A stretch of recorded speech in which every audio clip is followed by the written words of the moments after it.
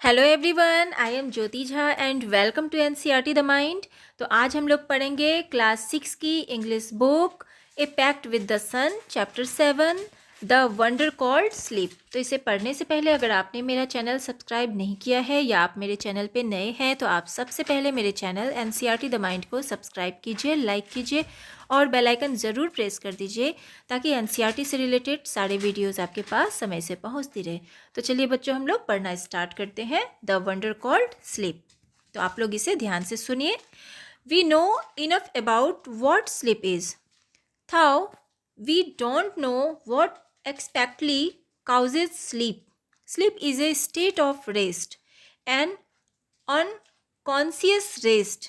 When we sleep, our body recovers from fatigue caused by the day's activities. After a good sleep and the rest that it gives, we become alert and active again, ready for the normal activities of the day. हम sleep के बारे में काफ़ी बातें जानते हैं, पर अभी तक हमें ये पता नहीं चला है कि असल में नींद कैसे आता है। स्लीप आराम करने का एक अवस्था है, एक अचेतन आराम, एक अनकॉन्शियस रेस्ट। जब हम सोते हैं तो हमारा बॉडी उन सभी थका देने वाली एक्टिविटी को जो हम पूरे दिन भर करते हैं उसे रिकवर करता है। एक अच्छी नींद के बाद या एक अच्छा रेस्ट जो नींद हमें देता है, उससे हम वापस अलर्ट एंड एक्टिव हो जाते हैं और उन सब नॉर्मल एक्टिविटी के लिए रेडी हो जाते हैं।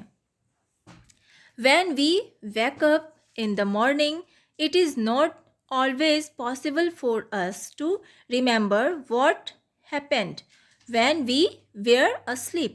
We many remember a dream, but the rest of our sleep was a kind of darkness in which nothing seems to have taken place. जब भी हम सुबह उठते हैं तो हमेशा ये पॉसिबल नहीं होता है ये याद रखना कि जब हम सोए थे तो क्या हुआ था। हमें एक सपना याद होगा, लेकिन उसके अलावा हमारा नींद एक तरफ के अंधेरे में बीतता है जिसमें कुछ भी नहीं होता है। Several things happen to our body while we are sleeping. As we sink deeper into sleep, our muscles relax more and more. Our heartbeat becomes slower. Our temperature and blood pressure go down.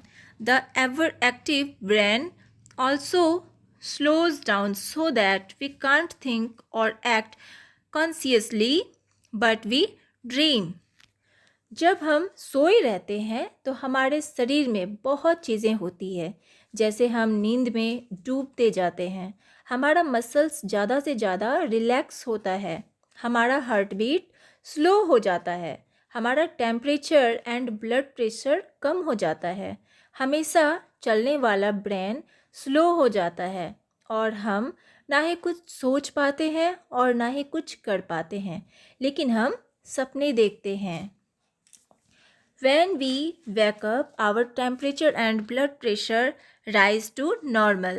Our heartbeat and breathing also become normal, and we are fully awake and have forgotten most, if not all, the dreams that we had while sleeping. जब हम जागते हैं हमारा temperature and blood pressure normal हो जाता है, हमारा heart beat और ब्रीथिंग भी नॉर्मल हो जाता है और हम पूरी तरह से जगे रहते हैं और हम लगभग पूरा भूल जाते हैं। अगर हम पूरा नहीं भूलते हैं तो वो सपना होता है। What is a dream? It is an activity of the mind that takes place when we are asleep. Some dreams are probable while others are not. That only means that many of the things that happen in dreams could happen when we are awake. others could not. Dreams seem to be important for several reasons. One is that a dream can help us to sleep without noise or other disturbance. For example, the alarm clock rings, but our mind causes us to dream that the telephone or doorbell is ringing and that we are awake and answering it. तो फिर क्या होता है कि देखिए बोला जा रहा है कि सपना क्या है. What is dream? वो दिमाग का एक एक्टिविटी है जो तब होता है जब हम लोग सोए रहते हैं. कुछ सपने संभावित होते हैं और कुछ नहीं होते हैं. इसका मतलब कि सपने में जो चीज़ें होती है जो तब भी घटित होते हैं जब हम जगे रहते हैं. दूसरे ड्रीम्स ऐसे नहीं होते हैं. सपने बहुत सारे रीजंस के लिए इम्पॉर्टेंट होते हैं. एक सपना हमें तब भी सोने में मदद करता है जब बहुत शोर होता है या फिर कोई और डिस्टरबेंस होते हैं. आप एग्ज़ाम्पल के लिए ले लीजिए, जैसे कि अलार्म क्लॉक बजता है पर हमारा दिमाग हमें सपना दिखाता है जैसे कि टेलीफोन या डोरबेल बज रहा है और हमें जग कर उसे आंसर देना है. Certain doctors have found that one's dreams often reveal a great deal about one's problems and that, if understood correctly, they can provide a key to the solution of those problems. But we must remember one thing: dreams cannot be used as a way to tell the future. They simply can never tell the future. अभी doctors ने ये पता किया है कि एक सपना किसी एक प्रॉब्लम के लिए एक सॉल्यूशन है. अगर उसे सही से समझा जाए तो वह किसी भी प्रॉब्लम के लिए एक हिंट देगा. लेकिन एक सपना कभी भी किसी का भी फ्यूचर नहीं बता सकते. Sleep is the most common experience, but how many of us really think about the wonder and power of sleep?